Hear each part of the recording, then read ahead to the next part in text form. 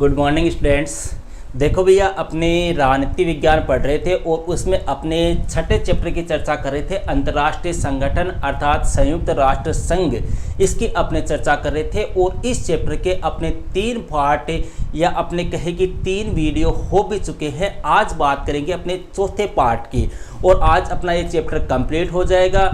और आज की जो क्लास होगी उसमें अपने मुख्य रूप से 3-4 बिंदुओं पर चर्चा करेंगे। पहला बिंदु रहेगा भैया अपने संयुक्त राष्ट्र संघ में भारत और सुधार, मतलब यूएनओ में भारत है भैया। 30 अक्टूबर 1945 को शामिल हो गया था, ठीक है। भारत है तो अब भारत जो है वो यूएनओ में किस प्रकार सुधार करना चाहता है। दूसरा बिंदु अपना रहेगा भैया भारत को सुरक्षा परिषद का स्थायी सदस्य देश बनाना चाहिए, क्यों, इसके ऊपर चर्चा करेंगे।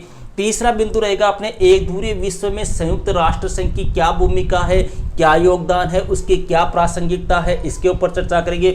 फिर अपने एक ध्रुवीय विश्व में संयुक्त प्रासंगिकता हो गई। फिर इसके बाद भी अपने WTO, IMF, amnesty international, human rights watch, आणविक ऊर्जा एजेंसी, ऐसे कुछ बिंदु है छोटे छोटे, इनके ऊपर भी अपनी चर्चा करेंगे। हालांकि ये मैं आपको बहुत बार बता चुका हूं पहले भी, लेकिन आज इनके बारे में आपको 2-2, 4-4 लाइन नोट्स में लिखाऊंगा। सबसे पहले अपने इनको समझेंगे, उसके बाद में अपने नोट्स लिखेंगे। देखो भैया, समझना आपको अच्छी तरह से, बुक की लैंग्वेज आपके बिल्कुल भी समझ में नहीं आएगी। लास्ट ईयर भी जो मेरे स्टूडेंट थे उनको भी मैंने यही कहा था, आपको भी यही कह रहा हूँ। जैसे मैं समझा रहा हूँ, जिस प्रकार से मैं आपको नोट्स लिखा रहा हूँ, वो आपके लिए सफिशिएंट है, बेस्ट है, ये मान लो। आप उनसे बाहर आने की सवाल ही नहीं है, गुंजाइश ही नहीं है। इसलिए आप एक अच्छी तरह से एक नई दिशा के साथ, एक अच्छी गाइडलाइन के साथ आप अपनी तैयारी को अंजाम देते रहो। तो देखो भैया, सबसे पहले बात करेंगे अपने संयुक्त राष्ट्र संघ में भारत और सुधार। भैया, भारत यूएनओ का सदस्य देश है। अब भारत जो है वो यूएनओ के जो मामले थे ना कि उसमें सुधार किए जाए, अपने लास्ट क्लास में पढ़े थे ना कि यूएनओ के किन किन मुद्दों में सुधार किया जाना चाहिए या किन किन यूएनओ को लेकर जो शिकायतें हैं उनमें कौन कौन सी बातों में सुधार होना चाहिए। तो उनमें से भारत जो है वो क्या चाहता है, या आपको सीधा क्वेश्चन ही बता दूं, इस पॉइंट से अपने 2012 में राजस्थान माध्यमिक शिक्षा बोर्ड की 2012 का जो पेपर हुआ था, जब अपनी ये सिलेबस था एनसीईआरटी का, उस समय क्वेश्चन आया था कि भैया भारत ने यूएनओ के ढांचे को लेकर किन किन बदलावों के पक्ष में अपना समर्थन दिया है, उल्लेख कीजिए। ठीक है, तो वही अपने चर्चा यहाँ पर करेंगे कि भारत जो है वो यूएनओ के ढांचे में कौन कौन से बिंदुओं पर सुधार करना चाहता है। तो पहला पॉइंट तो ये है भैया कि भारत संयुक्त राष्ट्र संघ की मजबूती और दृढ़ता जरूरी है। भारत ये कह रहा है कि संयुक्त राष्ट्र संघ की जब स्थापना हुई थी भैया 24 अक्टूबर 1945 को, उस समय विश्व युद्ध का माहौल था।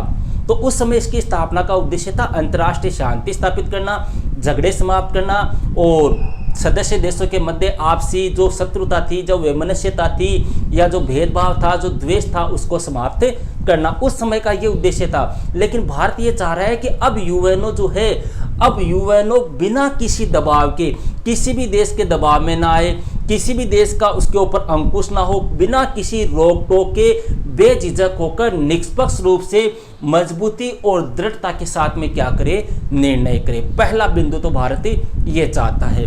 दूसरी बात, भारत ये चाहता है कि संयुक्त राष्ट्र संघ विभिन्न देशों में सहयोग और विकास को क्या दे, बढ़ावा दे।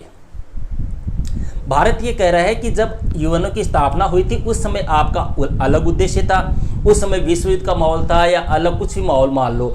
लेकिन यूएनओ की स्थापना के बाद में भैया कई नए देशों की स्थापना हुई, कई नए छोटे मोटे देश बने।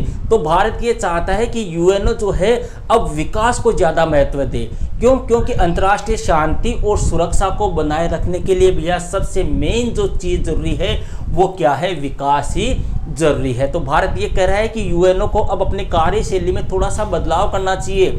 अब उसको युद्धों की तरफ ध्यान न देकर, युद्ध तो वैसे भी नहीं रहे, तो अब यूएनओ का जो प्रमुख मकसद है ना वो क्या करना चाहिए, इसको सहयोग और विकास को बढ़ावा देना चाहिए। दो देशों के मध्य आपसी सहयोग की भावना को बढ़ाया जाए, जो देश जिन देशों के मध्य विवाद के मुद्दे हैं उनको समाप्त किया जाए और अधिक से अधिक क्या किया जाए, अंतर्राष्ट्रीय विकास को महत्व दिया जाए, या जो देश कमजोर है, जो देश पिछड़े हुए हैं, उन देशों के विकास को बढ़ावा दिया जाए।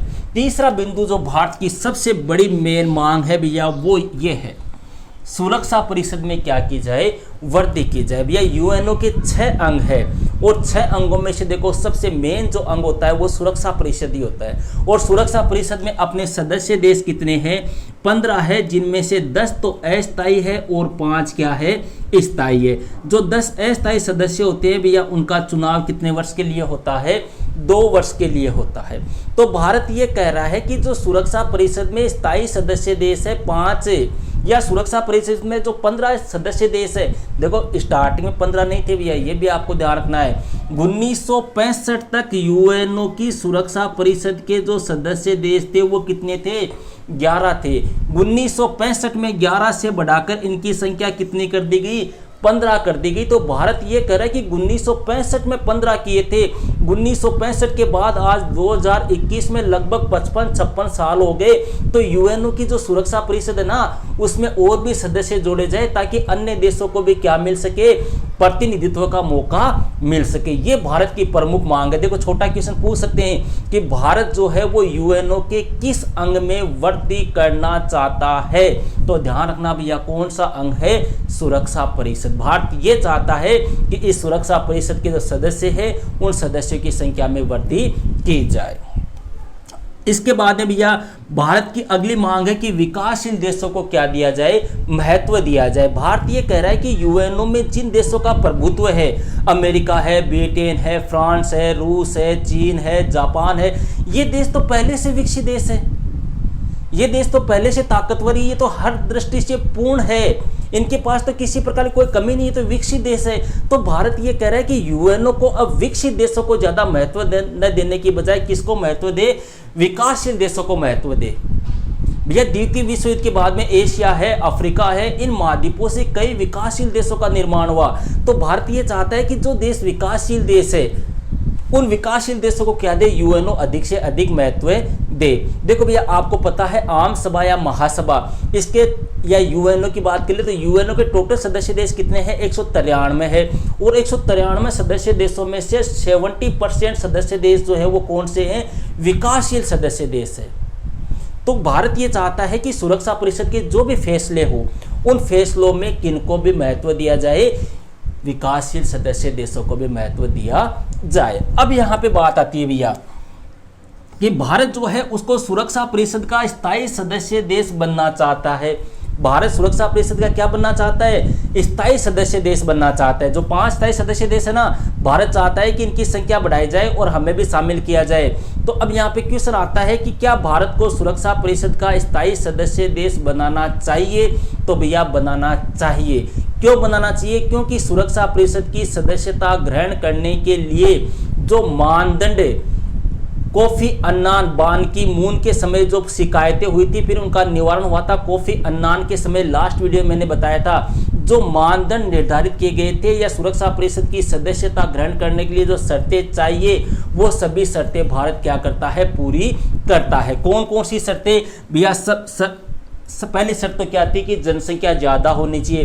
तो भारत की जनसंख्या भैया ज़्यादा है। आज जनसंख्या की दृष्टि से भारत का विश्व में कौन सा स्थान है? दूसरा स्थान है। और 2030 तक आने वाले समय में भारत पहले स्थान पे हो जाएगा। इसलिए भारत को सुरक्षा परिषद का सदस्य बनाना चाहिए। विश्व का सबसे बड़ा लोकतंत्र, आज भैया संपूर्ण विश्व में सबसे बड़ा अगर लोकतांत्रिक देश है तो वह कौन सा है? भारत ही है। तीसरी बात, यूएनओ की सभी गतिविधियों में भाग। भैया भारत ने आज तक यूएनओ के जितने भी सम्मेलन हुए, जो भी गतिविधियां हुई है, जो भी मीटिंग्स वगैरह हुई है, उन सभी में क्या लिया है? हिस्सा लिया है। इसके अलावा यह शांति बहाल करने में योगदान। भैया यूएनओ के द्वारा जिन देशों में शांति सेना भेजी जाती है उन देशों में भारत ने भी बढ़ चढ़कर हिस्सा लिया है। भारत ने भी अपने कई देशों में, जैसे श्रीलंका है, अपने कई देशों में क्या भेजी है? शांति सेना भेजी है। इसके अलावा भैया भारत जो है वो एक क्या है? बड़ी आर्थिक शक्ति है। आज विश्व अर्थव्यवस्था में भारत का भी एक अहम योगदान है। इसके अलावा यूएनओ का जो बजट होता है, इस बजट में भी भारत जो है वो निरंतर क्या कर रहा है? योगदान दे रहा है। तो ये सभी शर्तें जो है ना वो सुरक्षा परिषद का सदस्य बनने के लिए चाहिए। और सभी सदस्य शर्तों को कौन पूरा कर रहा है? भारत पूरा कर रहा है। इसलिए भारत को सुरक्षा परिषद का सदस्य बनाया जाना चाहिए। अब यहाँ पे देखो कई बार क्वेश्चन आ जाता है, भारत को सुरक्षा परिषद का सदस्य बनाए जाने का विरोध जो है वो मुख्य रूप से कौन सा देश करता है? तो भैया कौन सा देश करता है? ऐसा नीच कार्य जो है वो एक ही देश कर सकता है, और वो कौन सा है आपको पता है, सबको पता है, बताने की आवश्यकता नहीं है। ये तो हो गया भैया ये टॉपिक, ठीक है। अब बात करते हैं एक ध्रुवीय विश्व में संयुक्त राष्ट्र संघ। एक ध्रुवीय विश्व कैसे भैया, देखो अपने फर्स्ट और सेकंड चैप्टर जो पढ़ा था उसमें अपने बात की थी कि भैया शीत युद्ध स्टार्ट हो गया था द्वितीय विश्व युद्ध के बाद में। आपको पता है 1945 में शीत युद्ध स्टार्ट हो गया था और 1991 ईस्वी तक शीत युद्ध चला था। 1991 भैया सोवियत संघ का विघटन हो गया था। विघटन होने के बाद में एक ही देश महाशक्तिशाली बन गया था, वह कौन सा था, अमेरिका। तो विश्व व्यवस्था किस प्रकार की हो गई, एक ध्रुवीय विश्व व्यवस्था हो गई। अब यहाँ पे बात ये हो रही है कि एक ध्रुवीय विश्व व्यवस्था मतलब एक ही देश का शक्तिशाली होना, और वो कौन सा, अमेरिका। इसमें संयुक्त राष्ट्र संघ की क्या भूमिका है। अब यहाँ पे देखो आपको क्वेश्चन कैसे आएंगे वो आपको बता दूं। क्वेश्चन यहाँ पे ये पूछा जाएगा कि एक ध्रुवीय विश्व में संयुक्त राष्ट्र संघ क्या अमेरिका को अपनी मनमानी करने से रोक सकता है, यदि नहीं तो क्यों, ऐसा क्वेश्चन आएगा, ठीक है। और दूसरा क्वेश्चन पूछ लेंगे कि फिर एक ध्रुवीय विश्व में संयुक्त राष्ट्र संघ की क्या प्रासंगिकता है, उसकी क्या उपयोगिता है, उसका क्या महत्व है। ये दो क्वेश्चन यहाँ से इस टॉपिक से बनते हैं, समझ गए। तो सबसे पहले तो अपने इसी क्वेश्चन की बात करते हैं भैया कि एक ध्रुवीय विश्व में संयुक्त राष्ट्र संघ क्या अमेरिका को अपनी मनमानी करने से रोक सकता है, यदि नहीं तो क्यों। तो इसका आंसर हो गया भैया अमेरिका को मनमानी करने से नहीं रोक सकता। और इसका एग्जाम्पल अपने देख चुके हैं, अपने चैप्टर 3 पढ़ाता भैया समकालीन विश्व में अमेरिकी वर्चस्व। अमेरिका ने केन्या पर हमला किया था, अमेरिका ने इराक पर हमला किया था, operation infinite, operation Iraqi freedom, कई ऐसे अभियान अमेरिका कर चुका है जिसकी अनुमति अमेरिका ने किससे नहीं ली थी, यूएनओ से नहीं ली थी। तो अपने देखो यहाँ पे बात करेंगे भैया क्यों नहीं रोक सकता अमेरिका की मनमानी को संयुक्त राष्ट्र संघ क्यों नहीं रोक सकता, ऐसे कौन से कारण है। तो पहला कारण आता है भैया एकमात्र मजबूत सैन्य व आर्थिक शक्ति है, कौन, अमेरिका। भैया आज विश्व में सबसे बड़ा शक्तिशाली जो देश है, चाहे वो आर्थिक रूप से आ जाओ चाहे सैनिक रूप से आ जाओ, समझ रहे हो आप, चाहे लड़ाई में आ जाओ चाहे पैसों में आ जाओ, किसी भी मामले में आ जाओ, तो आप टॉप पर कौन सा देश है, अमेरिका है, समझ गए। तो इस वजह से भैया यूएनओ जो है वो अमेरिका की मनमानी को रोक नहीं लगा सकता, पहली बात हो गई। दूसरी बात, संयुक्त राष्ट्र संघ में सबसे ज्यादा प्रभाव जो है वो आज के टाइम पे किसका है, अमेरिका का ही है। क्यों है, क्योंकि भैया आज सबसे ज्यादा बजट जो है वो यूएनओ को कौन दे रहा है, अमेरिका दे रहा है। आज विश्व में सबसे ज्यादा वित्तीय ताकत, सबसे बड़ी ज्यादा पैसों वाली ताकत जो है वो कौन सा देश है, अमेरिका है। मतलब वित्तीय ताकत अमेरिका की मजबूत है। इसके अलावा जो यूएनओ का मुख्यालय है भैया वो कहाँ पे है, अमेरिका में तो है, न्यूयॉर्क में। तो कहने का मतलब हो गया कि संयुक्त राष्ट्र में आज के टाइम पे सबसे ज्यादा जो प्रभाव है ना वो किसका है, अमेरिका का है। इसलिए संयुक्त राष्ट्र संघ अमेरिका की मनमानी को नहीं रोक सकता। तीसरा कारण भैया अमेरिका जो है वो सुरक्षा परिषद का क्या है, स्थायी सदस्य देश है। और स्थायी सदस्य देशों को कौन सा पावर मिला हुआ है, वीटो पावर। क्या होता है बताया हुआ है आपको। तो वीटो पावर का इस्तेमाल भी अमेरिका कर सकता है। इस वजह से भी संयुक्त राष्ट्र संघ जो है वो फैसले नहीं ले पाएगा। क्यों, क्योंकि मान लो अमेरिका का संयुक्त राष्ट्र संघ ने विरोध करना स्टार्ट कर दिया, ठीक है, तो अमेरिका क्या करेगा, संयुक्त राष्ट्र में जो भी प्रस्ताव पारित होगा उसके ऊपर कौन सा पावर लगा देगा, वीटो पावर लगा दे, फिर कोई भी फैसला पारित नहीं हो पाएगा। तो इस वजह से भी अमेरिका का क्या नहीं कर सकता, संयुक्त राष्ट्र संघ विरोध नहीं कर सकता। इसके अलावा जो संयुक्त राष्ट्र संघ का महासचिव होता है, महासचिव जान गए ना आप, जो सचिवालय होता है संयुक्त राष्ट्र संघ का, उसका मेन अध्यक्ष महासचिव, अपने पहले महासचिव थे भैया त्रिगवेली नॉर्वे के। इसके बाद वर्तमान समय पे है एंटोनियो गुतेरेस जो पुर्तगाल के हैं, ये पहले पुर्तगाल के प्रधानमंत्री भी थे। तो ये जो महासचिव होते हैं ना भैया, इस महासचिव का चुनाव जो है वो कौन करता है पता है आपको, जो संयुक्त राष्ट्र का पहला अंग होता है आम सभा या महासभा, इसके द्वारा सुरक्षा परिषद की सिफारिश पर। देखो क्वेश्चन पूछ ले कई बार कि संयुक्त राष्ट्र के महासचिव का चयन कौन करता है, तो भैया आम सभा या महासभा करती है, लेकिन किसकी सिफारिश पर, सुरक्षा परिषद की सिफारिश पर, और सुरक्षा परिषद के 5 स्थायी सदस्य देशों का उसमें अहम योगदान होता है। और उन 5 सुरक्षा परिषद के स्थायी सदस्य देशों में सबसे पावरफुल जो सदस्य देश है वो कौन सा हो गया? अमेरिका हो गया। तो कहने का मतलब हो गया कि महासचिव के चयन में भी किसका प्रभाव होता है? अमेरिका का प्रभाव होता है। उपरोक्त कारणों की वजह से अपने एक ध्रुवीय विश्व में संयुक्त राष्ट्र संघ जो है वो अमेरिका को अपनी मनमानी करने से नहीं रोक सकता। अब नहीं रोक सकता तो भैया फिर बात यह आती है कि एक ध्रुवीय विश्व में संयुक्त राष्ट्र संघ की फिर प्रासंगिकता क्या है, उसका क्या महत्व है, क्या औचित्य है? जब वह अमेरिका को रोक ही नहीं सकता तो उसका औचित्य क्या है? तो उन बिंदुओं पर चर्चा करते हैं। तो भैया पहला बिंदु तो यह आता है कि वार्तालाप के मंच के रूप में उपयोगिता है। वार्तालाप के मंच के रूप में उपयोगिता है। वार्तालाप के मंच के रूप में उपयोगिता कैसे?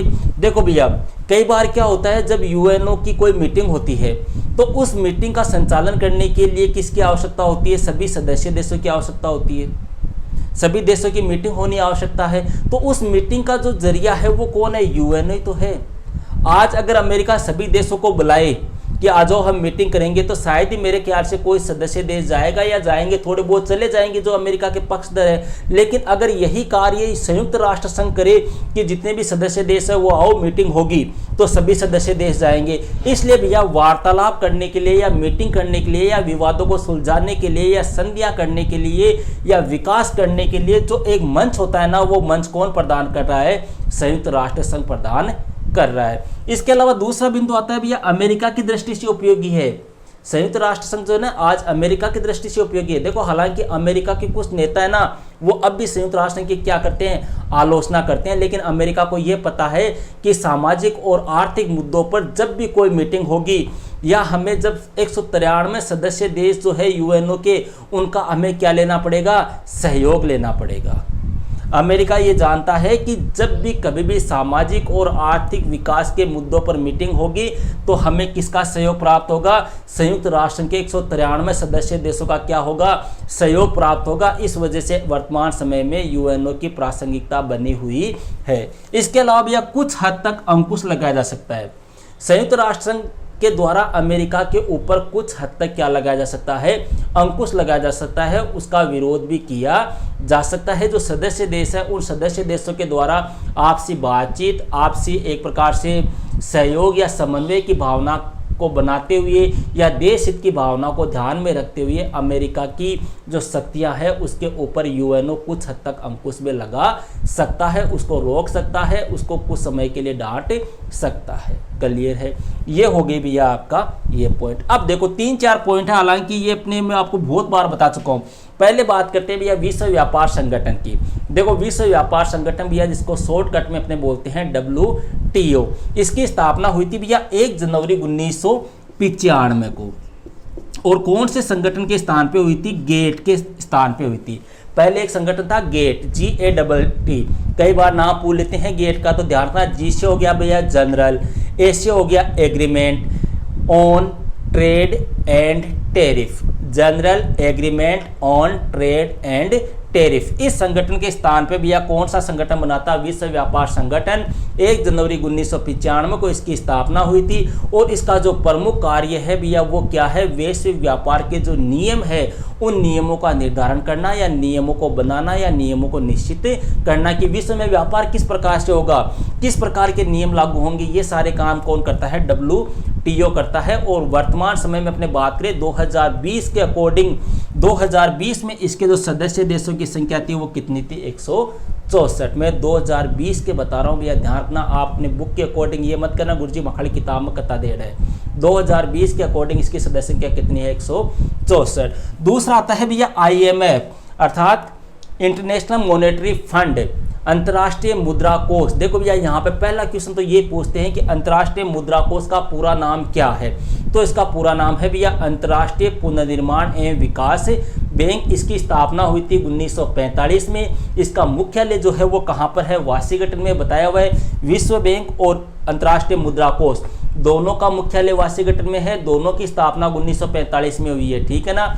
और इसके सदस्य देशों की बात करें तो भैया 2020 के अकॉर्डिंग इसके सदस्य देश है उनकी संख्या है 190। और 190वां जो सदस्य देश है 190 नंबर का, वह कौन सा है? अंडोरा है, ठीक है। तीसरा पॉइंट आता है भैया अंतर्राष्ट्रीय आणविक ऊर्जा एजेंसी। देखो भैया अंतर्राष्ट्रीय आणविक ऊर्जा एजेंसी यह भी एक अंतर्राष्ट्रीय संगठन है और इस संगठन का प्रमुख कार्य क्या है, जो परमाणु ऊर्जा है उस परमाणु ऊर्जा या जो परमाणु ऊर्जा का जो प्रयोग है उस प्रयोग को शांतिपूर्ण तरीके से किया जाए। मतलब परमाणु ऊर्जा के शांतिपूर्वक उपयोग को बढ़ावा देना, ये इसका प्रमुख कार्य है।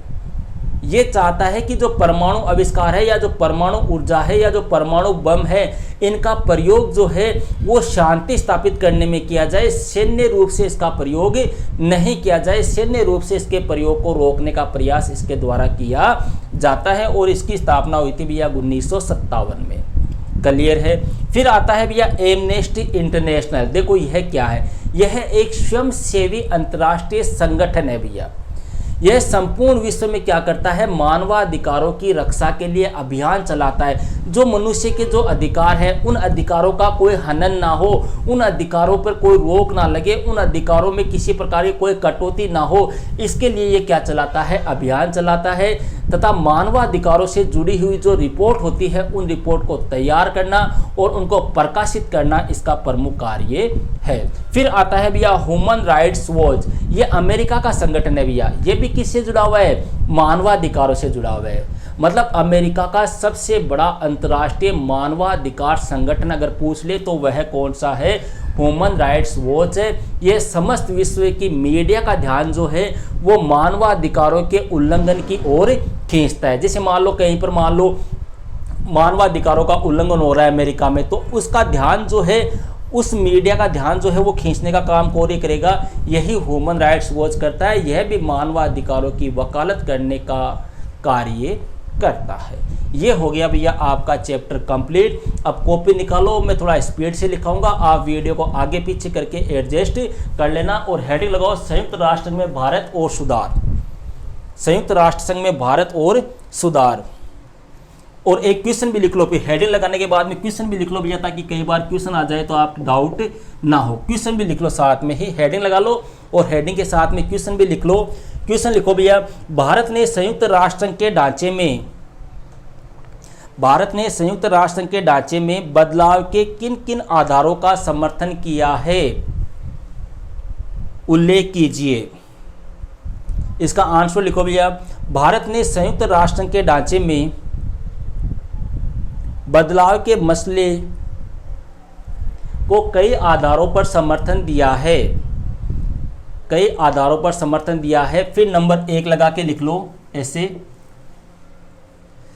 फर्स्ट लिखो भैया, भारत यह चाहता है कि, भारत यह चाहता है कि वर्तमान समय में संयुक्त राष्ट्र संघ की, संयुक्त राष्ट्र संघ को मजबूती और दृढ़ता, मजबूती और दृढ़ता के साथ कार्य करना चाहिए। फर्स्ट पॉइंट हो गया। सेकंड पॉइंट लिखो भैया,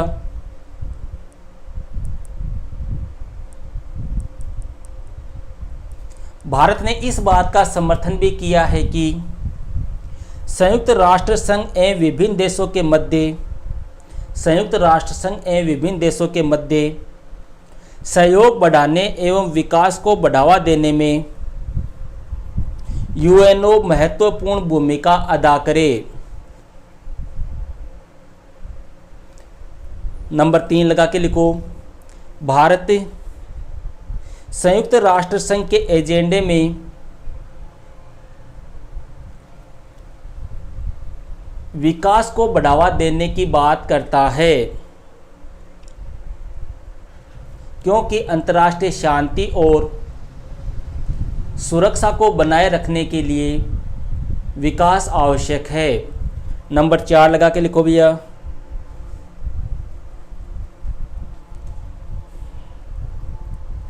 भारत यूएनओ की सुरक्षा परिषद में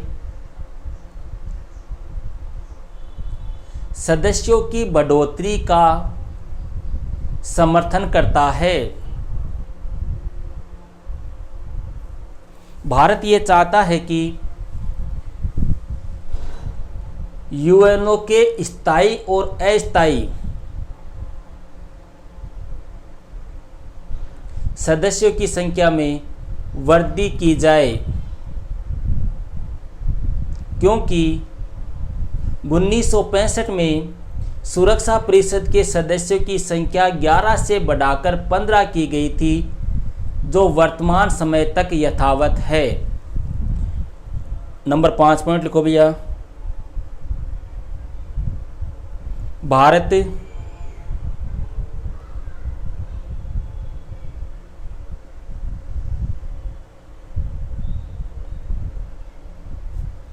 सुरक्षा परिषद के फैसलों में विकासशील देशों को महत्व देने की बात कहता है। और नंबर 6 पॉइंट लिख लो, भारत यूएनओ की सुरक्षा परिषद का स्थायी सदस्य देश बनना चाहता है। यह आंसर हो गया भैया आपने। फिर आप हेडिंग लगाओ, ये हेडिंग लगाओ, भारत सुरक्षा परिषद का स्थायी सदस्य बनना चाहता है क्योंकि, ऐसे कर लो, क्योंकि। फिर ये आप पॉइंट लिख लो भैया यहाँ तक, ये 5 पॉइंट है ना, ऐसे के ऐसे उतार लो। पहला पॉइंट तो ऐसे कर लेना, अधिक जनसंख्या वाला देश है। नंबर 2 पॉइंट कर लेना, विश्व का सबसे बड़ा लोकतांत्रिक देश भारत है। नंबर 3 कर लेना, भारत यूएनओ की सभी गतिविधियों में भाग लेता है। नंबर 4 कर लेना, भारत शांति बहाल करने में भी योगदान देता है। नंबर 5 कर लेना, भारत बड़ी आर्थिक शक्ति है।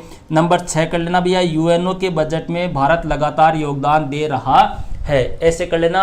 और फिर नीचे भैया एक नोट लगा के लिखना, ऐसे NOTE नोट लगा के लिख लेना कि पाकिस्तान जो है वो भारत को सुरक्षा परिषद का स्थायी सदस्य देश बनाने का विरोध करता है। ठीक है। फिर आप हेडिंग लगाओ, एक ध्रुवीय विश्व में संयुक्त राष्ट्र संघ। इसका भी एक क्वेश्चन लिख लो भैया, ताकि आपके कोई दिक्कत ना हो। कई बार क्या होता है, क्वेश्चन लैंग्वेज घुमा के आ जाता है, फिर आप कहते हो गुरुजी ये तो पढ़ाया ही नहीं हमको। ठीक है, तो ये हेडिंग लगाओ। फिर यहाँ पे एक क्वेश्चन लिख लो नीचे, एक ध्रुवीय विश्व में क्या संयुक्त राष्ट्र संघ अमेरिका को अपनी मनमानी करने से रोक सकता है? यदि नहीं तो क्यों? फिर उसका आंसर लिखो भैया, एक ध्रुवीय विश्व में संयुक्त राष्ट्र संघ अमेरिका को अपनी मनमानी करने से नहीं रोक सकता, क्योंकि नंबर 1 पॉइंट लगा के लिखो, एकमात्र मजबूत सैन्य व आर्थिक शक्ति। ऐसे हेडिंग लगानी है इसकी, एक नंबर लगा के हेडिंग लगा लो, फिर आगे डैश करके लिखो। ठीक है, लिखो भैया, सोवियत संघ के विघटन के बाद वर्तमान समय में अमेरिका विश्व की एकमात्र महाशक्ति है। अपनी सैन्य और आर्थिक शक्ति के बल पर अमेरिका संयुक्त राष्ट्र संघ तथा किसी भी अन्य अंतर्राष्ट्रीय संगठन की अनदेखी कर सकता है। फिर नंबर 2 हेडिंग लगाओ भैया, संयुक्त राष्ट्र संघ में सबसे ज्यादा प्रभाव, और डैश करके लिखो आगे, वर्तमान समय में संयुक्त राष्ट्र संघ में सबसे ज्यादा प्रभाव अमेरिका का है, क्योंकि अमेरिका यूएनओ के बजट में सबसे ज्यादा योगदान देता है तथा अमेरिका की वित्तीय ताकत भी बेजोड़ है। इसके अलावा यूएनओ का मुख्यालय भी अमेरिका के ही न्यूयॉर्क शहर में स्थित है। बस। फिर नंबर 3 लगा के लिखो भैया, निषेधाधिकार या वीटो पावर, डैश करके ऐसे लिखो, अमेरिका सुरक्षा परिषद का स्थायी सदस्य देश है। इस कारण से अमेरिका को निषेधाधिकार या वीटो पावर प्राप्त है।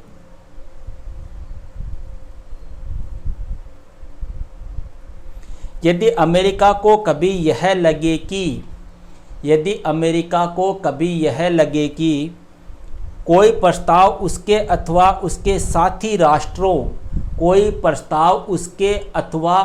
साथी राष्ट्रों के अनुकूल है, तो अमेरिका उस प्रस्ताव को वीटो पावर की शक्ति द्वारा रोक सकता है। नंबर 4 लगा के लिख लो, महासचिव के चयन में अमेरिका का प्रभाव। देखो महासचिव के चयन में अमेरिका प्रभाव कैसे, महासचिव का चयन कौन करता है भैया, आम सभा करती है, लेकिन वो किसकी सिफारिश पर करेगी, सुरक्षा परिषद की सिफारिश पर। और सुरक्षा परिषद में किसकी चलती है, 5 स्थायी सदस्य देशों की, और 5 स्थायी सदस्यों में से मेन कौन सा है, अमेरिका। इसलिए भैया महासचिव के चुनाव में भी इसकी अहम योगदान है। ठीक है, इसमें लिख लो आप, संयुक्त राज्य अमेरिका अपनी ताकत और वीटो पावर के कारण संयुक्त राष्ट्र संघ के महासचिव के चयन में भी अपनी महत्वपूर्ण भूमिका निभाता है। फिर नीचे लाइन छोड़ के लिखो, उपरोक्त कारणों की वजह से एक ध्रुवीय विश्व में संयुक्त राष्ट्र संघ अमेरिका को अपनी मनमानी करने से नहीं रोक सकता। फिर हेडिंग लगाओ भैया, एक ध्रुवीय विश्व में संयुक्त राष्ट्र संघ की प्रासंगिकता, और उसमें नंबर 1 लिखो, या पहले थोड़ा सा लिख लो आप, हेडिंग लगाओ फिर लिखो, यद्यपि संयुक्त राष्ट्र संघ एक ध्रुवीय विश्व में अमेरिका को उसकी मनमानी करने से नहीं रोक सकता, लेकिन इसके बावजूद भी संयुक्त राष्ट्र संघ की प्रासंगिकता है, क्योंकि फिर नंबर 1 लगा के लिखो, संयुक्त राष्ट्र संघ संयुक्त राज्य अमेरिका एवं शेष विश्व के मध्य विभिन्न मुद्दों पर बातचीत स्थापित कर सकता है, और ऐसा संयुक्त राष्ट्र संघ ने किया भी है।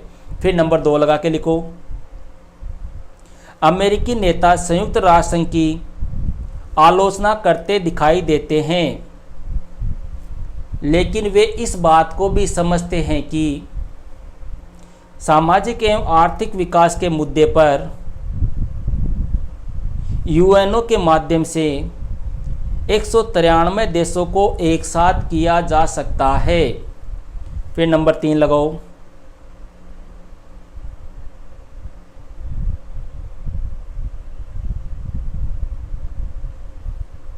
संयुक्त राष्ट्र संघ वह स्थान है जहां अमेरिका के किसी विशेष रवैये एवं नीति की आलोचना तथा सुनवाई हो सकती है। फिर नीचे लाइन चेंज करके लिखो, निष्कर्ष के रूप में हम यह कह सकते हैं कि एक ध्रुवीय विश्व व्यवस्था होने के बावजूद भी संयुक्त राष्ट्र संघ की वर्तमान में प्रासंगिकता बनी हुई है। फिर हेडिंग लगाओ भैया, विश्व व्यापार संगठन ब्रैकेट में कर लेना WTO, और थोड़ा स्पीड से लिखना।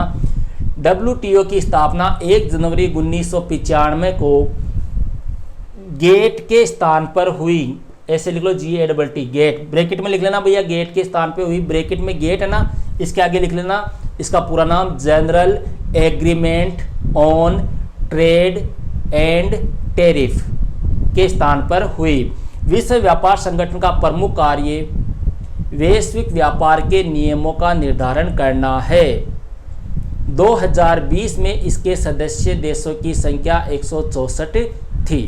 फिर अगली हेडिंग लगाओ भैया, अंतर्राष्ट्रीय मुद्रा कोष, ब्रैकेट में लेना IMF। इसमें लिखो, फर्स्ट लाइन में लिखो, अंतर्राष्ट्रीय मुद्रा कोष का पूरा नाम अंतर्राष्ट्रीय पुनर्निर्माण एवं विकास बैंक है। इसकी स्थापना 1945 में हुई तथा इसका मुख्यालय वाशिंगटन में है। 2020 तक इसके सदस्य देशों की संख्या 190 थी। 190वां सदस्य देश अंडोरा है। फिर हेडिंग लगाओ, अंतर्राष्ट्रीय आणविक ऊर्जा एजेंसी। इसमें लिखो भैया, फर्स्ट लाइन में लिखो, इसका प्रमुख कार्य परमाणविक ऊर्जा के शांतिपूर्वक उपयोग को बढ़ावा देना है।